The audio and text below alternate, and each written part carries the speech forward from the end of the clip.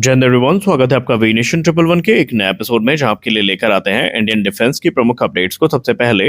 तो चैनल को सब्सक्राइब करना मत भूलिएगा। आइए नजर डाल लेते हैं आज की प्रमुख डिफेंस अपडेट्स पे।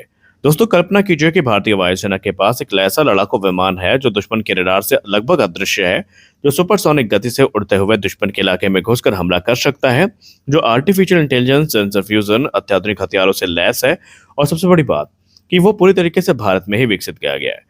सुनने में ये किसी साइंस फिक्शन फिल्म जैसा लग रहा है, लेकिन भारत इस सपने को अब हकीकत बनाने में कदम बढ़ा चुका है। हम बात कर रहे हैं एमका यानी एडवांस मीडियम कॉम्बैट एयरक्राफ्ट की। हाल ही में एडवांस मीडियम कॉम्बैट एयरक्राफ्ट को लेकर एक ऐसा अपडेट सामने आया है जिसने पूरे भारत के रक्षा जगत में उत्साह पैदा कर दिया है।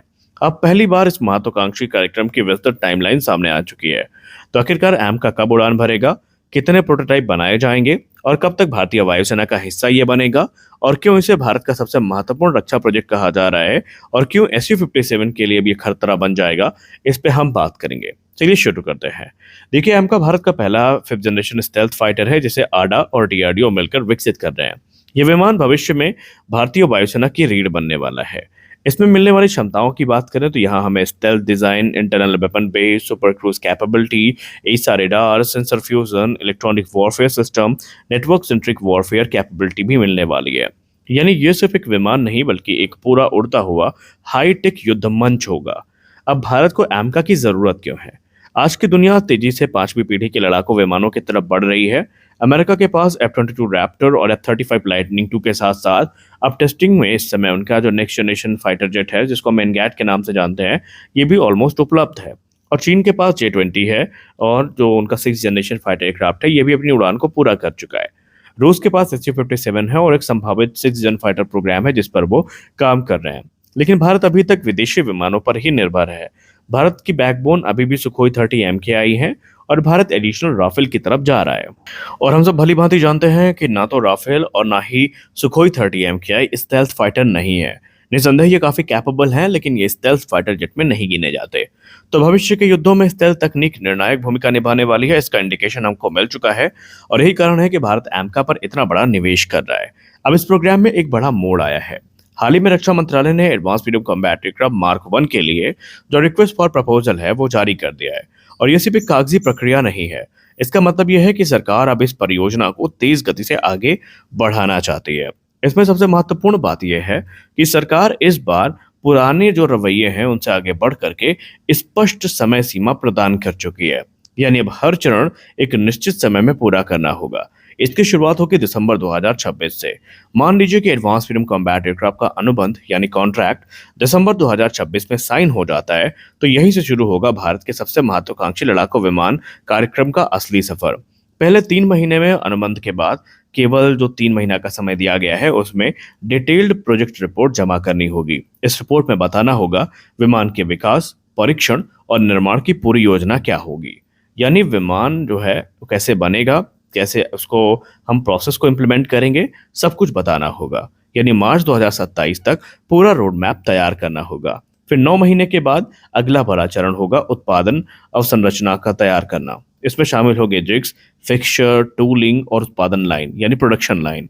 यानी विमान के निर्माण के लिए पूरी फैक्ट्री तैयार की जाएगी। 18 महीने बाद अब विमान के जो प्रमुख ढांचा है उन पर काम शुरू होगा, जैसे कि हाफ विंग हो गई, RFUS हो गया, आई फास्ट हो गया। जैसे महत्वपूर्ण जो संरचनात्मक भाग है ये तैयार किए जाएंगे, और यहीं से एमका का वास्तविक आकार दिखना शुरू होगा। 24 महीने के बाद जो महत्वपूर्ण परीक्षण सुविधाएं हैं वो तैयार हो जाएंगी, जैसे कि फ्यूल सिस्टम रिग हो गई, ECS रिग हो गई, EMI EMC फैसिलिटी हो गई, और टेलीमेट्री फैसिलिटी हो गई, जिनका उद्देश्य विमान को उड़ाने से पहले हर परिस्थितियों में परखना है। फिर यहाँ पर एमका P1 देखने को मिलेगा। P1 को क्रमशः हम एमका के पहले प्रोटोटाइप के तौर पर जानेंगे, और इसका इंतजार पूरा देश कर रहा है। आमतौर पर 2026 में हमें दिख जाता अगर हम पुराने प्लान के हिसाब से चलें, लेकिन अगर हम करंट प्लान की बात करें तो जो पहला प्रोटोटाइप है P1, रिक्वेस्ट फॉर प्रपोजल के अनुसार 24वें महीने के अंत तक इसकी संरचना को तैयार किया जाएगा, और उसके अलावा सिस्टम इंटीग्रेशन हो गया, ग्राउंड टेस्ट हो गया, या फिर टैक्सी ट्रायल हो गए, ये पूरे किए जाएंगे। और फिर जून 2029 में advance medium combat aircraft P1 यानी पहले प्रोटोटाइप का जो पहला उड़ान है वो आयोजित होगा, और ये भारतीय एरोस्पेस इतिहास का एक ऐतिहासिक क्षण होगा जिसका हम और आप भविष्य में साक्षी भी बनेंगे। उसके बाद बारी आती है दूसरे प्रोटोटाइप की। अब पहला प्रोटोटाइप क्योंकि उड़ान भर चुका होगा और टेस्टिंग को पूरा कर रहा होगा, तो यहाँ पर अब जो निर्माण कार्य की प्रक्रिया है वो तेज होगी। जनवरी 2030 में हमें P2 की पहली उड़ान देखने को मिलेगी और अब परीक्षणों की गति दोगुनी हो जाएगी। यानी पहले जो परीक्षण काफी स्लो हो रहे थे उनको काफी तेजी मिलेगी क्योंकि 2 प्रोटोटाइप इस समय अवेलेबल होंगे। तीसरा प्रोटोटाइप यानी P3 की बात करें तो ये हमें अक्टूबर 2030 तक देखने को मिलेगा। P3 का उड़ान कार्यक्रम जो है वो थोड़ा शॉर्ट और थोड़ा ज्यादा फास्ट होगा। अब विभिन्न प्रणालियों का समानांतर जो परीक्षण है वो P3 के आने के बाद शुरू हो जाएगा। चौथा प्रोटोटाइप यानी P4 की बात करें तो P4 हमें अप्रैल 2030 तक देखने को मिलेगा और P4 की पहली उड़ान के बाद इस समय तक जो एमका प्रोग्राम है ये पूरी रफ्तार पकड़ चुका होगा। यानी जो अलग अलग टेस्टिंग के फेज है वो शुरू हो चुके होंगे और विमान भी अपनी कैपेबिलिटी को प्रूव करने के लिए पूरी तरीके से तैयार होगा। पांचवें प्रोटोटाइप की बात करें तो ये सबसे महत्वपूर्ण होगा।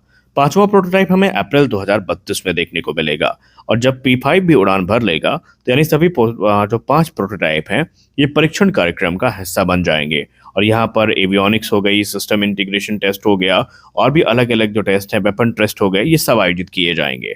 और अब शुरू होगा असली इम्तिहान। सिर्फ उड़ान भरना ही पर्याप्त नहीं है, किसी भी अत्याधुनिक फाइटर जेट को सेवा में शामिल होने से पहले हजारों परीक्षणों से गुजरना पड़ता है और एमका भी के साथ भी यही होना होगा। इसको तकरीबन 1800 फ्लाइट टेस्ट पास करने होंगे। रिक्वेस्ट फॉर प्रपोजल के अनुसार अगर हम बात करें तो 64 महीने में 300 सॉर्टीज, 68 महीने में 600 सॉर्टीज, 72 महीने में 900 सॉर्टीज, 76 महीने में 1200 सॉर्टीज और 80वें महीने में 1500 सॉर्टीज और 84वें महीने में 1800 सॉर्टीज, यानी कुल 1800 उड़ान परीक्षण हमें देखने को मिलेंगे। और इन परीक्षणों में ये देखा जाएगा कि स्टेल्थ क्षमता कैसी है, दुश्मन का रेडार एमका को पकड़ पाएगा या नहीं, सुपर क्रूज क्षमता कैसी है, विमान बिना आफ्टर बर्नर के सुपरसोनिक गति बनाए रख पा रहा है या नहीं। इसके बाद रेडार प्रदर्शन, सेंसर फ्यूजन, हथियार परीक्षण, एयर टू एयर मिसाइल का परीक्षण, air to ground mission, electronic warfare mission, हर प्रणाली को बार बार जांचा जाएगा और इसमें अगर सब कुछ सही रहता है तो फिर 2034 तक एडवांस फ्रीडम कॉम्बैट एयरक्राफ्ट तैयार हो जाएगा। जी हाँ, 2029 में पहली उड़ान, 2032 में सभी प्रोटोटाइप हवा में, 2034 तक परीक्षण पूरे और 2034 के बाद इनका जो सीरियल प्रोडक्शन है वो शुरू होगा और बाद में भारतीय वायुसेना में ये विमान ज्वाइन कर लेंगे। तो दोस्तों, एडवांस फ्रीडम कॉम्बैट एयरक्राफ्ट हमारे लिए सिर्फ एक विमान नहीं है, ये भारत की तकनीकी क्षमता, आत्मनिर्भरता और भारत की जो सैन्य ताकत है उसका एक प्रतीक है। यदि यह परियोजना सफल होती है तो भारत दुनिया के उन चुनिंदा देशों में शामिल हो जाएगा जो स्वयं के 5वीं पीढ़ी के स्टेल्थ फाइटर जेट विकसित कर सकते हैं और आने वाले वर्षों में एमका भारतीय वायुसेना की ताकत को एक नई ऊंचाई तक पहुंचा भी सकता है। तो अब देखना यह होगा कि क्या 2029 में वाकई भारत सचमुच में अपने पहले विमान की उड़ान पूरा कर पाएगा, क्योंकि अगर ऐसा नहीं कर पाता है तो यहाँ पर पेनाल्टी का प्रावधान भी रखा गया है। तो इस वीडियो में बस इतना ही, मिलते हैं अगले वीडियो में, तब तक के लिए जय हिंद।